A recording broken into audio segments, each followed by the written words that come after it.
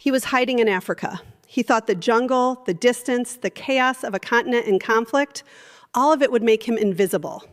He was the #2 man in ISIS, globally, not regionally, not in some isolated pocket of desert, globally. The man responsible for helping direct the most dangerous terror network still operating on Earth. And late Friday night, the President of the United States announced he was dead. What happened in the hours before that announcement and what it means for what comes next, that's what we're covering right now. It was late Friday night. No press briefing, no advance warning from the Pentagon, just a post on Truth Social from President Donald Trump. Direct, declarative, and unlike almost anything we've heard in years of counterterrorism announcements. Trump announced that U.S. and Nigerian forces had carried out a joint operation that eliminated Abu-Bilal al-Minuki, whom he described as ISIS's second-in-command globally, calling him the most active terrorist in the world. Nigeria. Not Syria, not Iraq, not the caves of Afghanistan where this war began more than 2 decades ago. Nigeria, a country of 220 million people, the most populous nation in Africa, and now, apparently, a front line in the global fight against ISIS.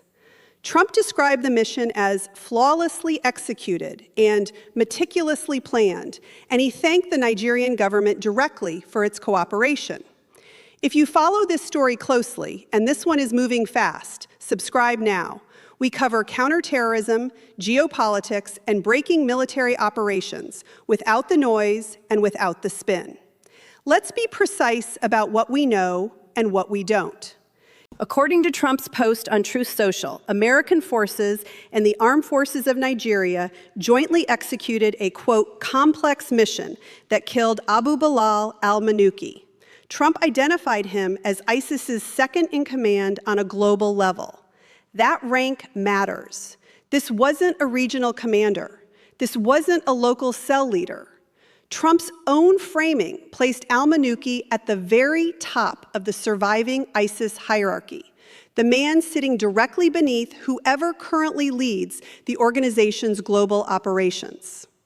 Now, here's the first thing that stops you cold. Almost no one in the Western press had ever heard this name before Friday night. That's not an accident. Senior ISIS figures operate under layers of false identity, shifting locations, and deliberate media silence. The organization learned from watching its predecessors get hunted. Al-Minuki, according to Trump, had calculated that Africa was far enough from American intelligence reach to give him operational cover. Africa was his blind spot theory, and for a time, apparently, it worked. But Trump stated specifically that American intelligence had maintained active human sources tracking al-Minuki's movements, writing that, little did he know we had sources who kept us informed on what he was doing. That sentence is worth reading twice. Human sources. Not satellite imagery, not signals intelligence, human sources. People on the ground, close enough to this man's inner circle to feed information back to American intelligence in real time. That's a surveillance operation that took time, patience, and significant risk to build. The announcement came without operational details, no timeline of the mission itself, no confirmation of where specifically in Nigeria the strike occurred, no information on whether it was an airstrike, a ground raid, or some combination. The Pentagon had not issued its own statement at the time of this broadcast. What we can place in confirmed context is the broader military campaign this fits inside. In February, U.S. Central Command announced it had carried out multiple strikes against more than 30 ISIS targets in Syria, using fixed-wing aircraft, helicopters, and unmanned systems. Strikes described as part of a sustained campaign to apply relentless pressure on remnants of the terror network. That same CENTCOM announcement stated that more than 50 ISIS fighters had been killed or captured, and more than 100 ISIS infrastructure targets struck during 2 months of operations in Syria. The Syria campaign was itself a direct response to an ISIS ambush in Palmyra on December 13, 2025, which killed 2 American service members and an American interpreter. So when we look at this Nigeria operation through that lens, it isn't an isolated event. It's the latest strike in what the administration has publicly framed as a sustained multi-theater campaign against ISIS, one that is now clearly extending deep into African territory. And that is where the larger picture starts to get complicated. Here's what nobody is asking yet. If the man the US just called ISIS's global number 2 was operating out of Nigeria, what does that tell us about where ISIS has actually been building its strength for the past several years? To understand what Friday night's announcement actually means, strategically, regionally, globally, you have to understand what has been quietly happening across the African continent in the years since ISIS lost its physical caliphate in Syria and Iraq. When ISIS was driven out of Mosul in 2017 and its self-declared state was dismantled by 2019, the conventional wisdom in many Western capitals was that the organization had been fundamentally broken, degraded, nearly finished. That assessment was incomplete. What actually happened was a dispersal. ISIS leadership didn't dissolve, it scattered. Some went underground in the Middle East. Some relocated to Afghanistan, and a significant portion of the organization's operational energy redirected toward Africa, particularly the vast, undergoverned region stretching across the Sahel, the band of territory south of the Sahara that crosses Burkina Faso, Mali, Niger, Chad, and northern Nigeria. ISIS's West Africa affiliate, known as ISWAP, the Islamic State West Africa Province, has been active in the Lake Chad Basin region for years. It has carried out mass civilian attacks, targeted military forces, and maintained a persistent insurgency that has cost thousands of lives. It is not a fringe group. By most intelligence assessments available before this broadcast, it had become one of the most active ISIS-affiliated organizations anywhere in the world. So when Trump says al-Minuki was the most active terrorist in the world, that framing fits a broader pattern analysts have been watching. The African theater wasn't a backup plan for ISIS. It became a primary operating environment. Earlier reporting noted that roughly 100 US troops had already been deployed to Nigeria amid warnings about Islamic militants threatening West Africa regional security. That deployment didn't happen overnight. It was a deliberate strategic posture built on intelligence that the region was becoming critically important to the global terror threat picture. And now that posture has produced one of the highest profile counterterrorism results in years. Do you think this operation changes the security calculus in West Africa, or is this only the beginning of a much longer campaign? Drop your assessment in the comments. I want to know where you stand on this. The diplomatic dimension here is also significant. Trump explicitly thanked Nigeria's government for cooperating in the mission. Joint operations of this kind between U.S. Special Operations Forces and a partner nation's military require months of coordination, intelligence sharing, legal frameworks, and political commitment from both sides. Nigeria's participation isn't a footnote. It's a statement about where Abuja stands on counterterrorism cooperation with Washington. But here's the unresolved tension beneath the surface of Friday's announcement. We still don't know who replaces al-Minuki. In every major counterterrorism operation of the past 2 decades, the death of a senior leader has triggered an immediate succession question. ISIS has historically proven remarkably adaptive at filling leadership vacuums. When Abu Bakr al-Baghdadi was killed in 2019, the organization didn't collapse. It absorbed the loss and continued operating. The same pattern has repeated after other senior eliminations. So the real question isn't whether al-Minuki is dead. It's what happens in the 72 hours, the 2 weeks, the 6 months after this, inside an organization now under pressure across multiple continents simultaneously. Here's what the headline doesn't tell you. Trump's statement specifically said that al-Minuki will no longer terrorize the people of Africa or help plan operations to target Americans. That second clause, help plan operations to target Americans, is doing a lot of work. It means U.S. intelligence wasn't just tracking al-Minuki because of what he was doing in Nigeria. They believed he was actively involved in planning attacks directed at American targets. That's a different threat level entirely. That's why the mission happened now and not 6 months from now. And it raises an uncomfortable follow-up. What specific plots were in motion that we haven't been told about? Somewhere in northern Nigeria on Friday night, people went to sleep not knowing what had happened in their vicinity.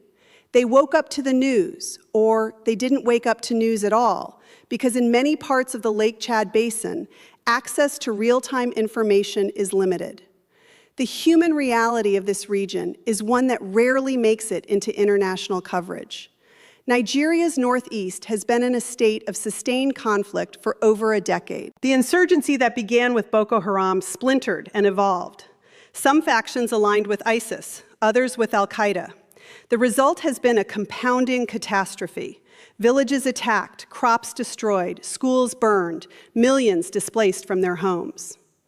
According to background context from humanitarian organizations that have tracked this crisis over years, more than 2 million people in the Lake Chad Basin region have been internally displaced. Markets that once served entire communities sit empty. Farmers who once grew food for their families abandoned their land rather than risk being caught in crossfire between insurgents and government forces. For the people who live in these communities, the threat wasn't abstract. It came in the form of armed men arriving after dark. It came in the form of young men being recruited, sometimes by force, into militant organizations. It came in the form of aid workers being kidnapped, of churches and mosques being targeted, of entire villages having to make impossible choices about whether to stay or flee. When ISIS's Christmas night attacks on Christian communities in Nigeria occurred in late 2025, the images that came out were devastating. Burned homes, families mourning in churches that had themselves become targets. Trump had launched airstrikes against ISIS targets in Nigeria following those Christmas attacks on Christians. Friday's operation, in that context, reads as a continuation of a direct and deliberate campaign that began then, one that has now apparently reached its highest value target yet. For families in the northeast of Nigeria who have lived with this insurgency as a daily reality, the news of a senior ISIS figure eliminated carries an emotional weight that is difficult to quantify. It isn't celebration. It's more complicated than that. Because these communities know from painful experience that organizations like ISIS don't simply disappear when a leader falls. They've watched Boko Haram splinter and reform. They've watched commanders get killed and successors rise. They've watched the cycle repeat with brutal consistency. The grief in these communities is old. The fear is current. And the hope, if there is hope, is measured carefully because it's been disappointed before. What Friday's announcement gives these communities is a signal that the most powerful military in the world is paying attention to what happens in their corner of the continent, that U.S. intelligence resources are being directed here, that the partnership with Nigeria's armed forces is producing real results. Whether that signal translates into lasting security, that is the question no press release can answer. There is also an intelligence dimension to the human story that is rarely discussed. The human sources Trump referenced, the people who kept American intelligence informed of al-Minuki's movements, are themselves embedded in communities. They take extraordinary personal risk. When an operation like this succeeds and is announced publicly, those source networks face potential exposure. The calculus of public announcements versus operational security is one that counterterrorism professionals debate constantly. What this moment does, unmistakably, is put every other senior ISIS figure currently operating in Africa on notice. The message is blunt. The continent is not sanctuary. The distance is not protection. And the intelligence reach is longer than you calculated. Here is the strategic picture that intelligence agencies are now working through in real time. Al-Minuki is gone, but ISIS doesn't operate on a single point of failure model. The organization has learned over 2 decades of losing leaders to distribute command authority and pre-position successors. Somewhere, right now, a figure is either being elevated or is already in place. The question is whether US and Nigerian forces can maintain the operational tempo, keep the pressure so continuous that the successor never gets the opportunity to consolidate. The second risk is retaliation. ISIS has historically responded to major leadership losses with accelerated attack planning, not immediately, but in the weeks and months that follow. Community security in northern Nigeria and potentially across the wider Sahel now enters an elevated risk period. And the third variable is political. This operation required Nigeria's full cooperation. That cooperation is not unconditional. It exists within a bilateral relationship that has its own pressures, its own domestic politics in Abuja, and its own limits. Step back from Friday's announcement for a moment and look at the arc of the past several months. In December 2025, ISIS killed 2 American service members and an interpreter in Syria.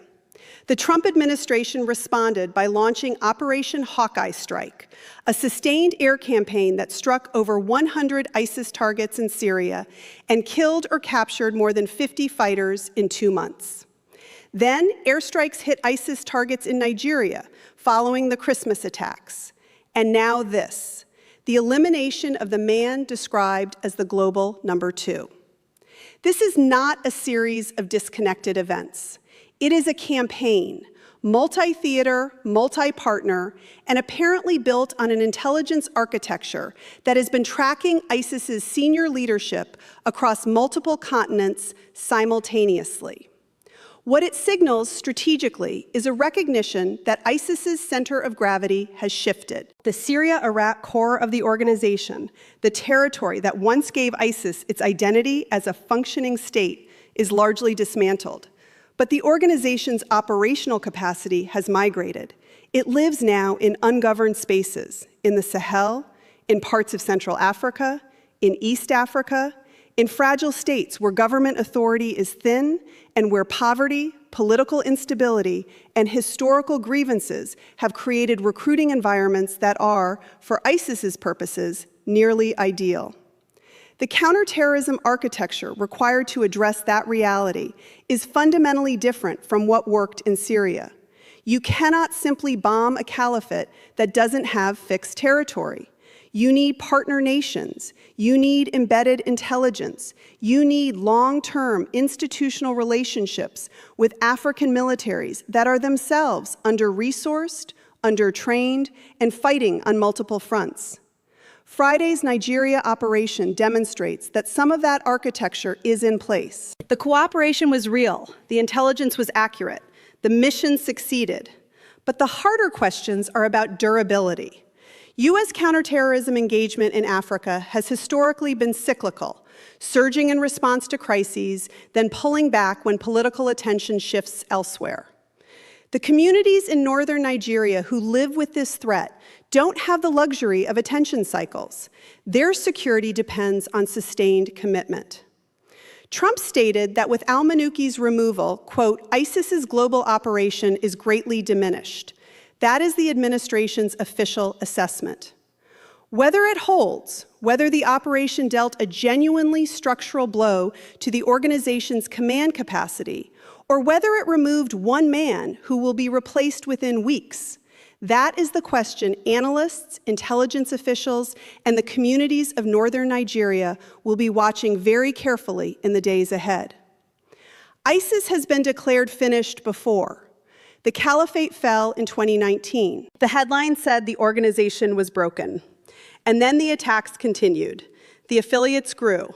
The commanders relocated. And a man named Abu-Bilal al-Minuki ended up running global operations from a continent that most counterterrorism attention had overlooked.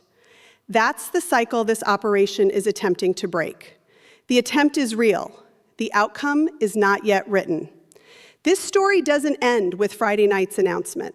The succession question, the retaliation risk, the future of US-Nigeria security cooperation, all of it is still unfolding.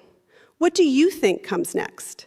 Does this operation meaningfully weaken ISIS in Africa, or does the organization absorb the loss and adapt?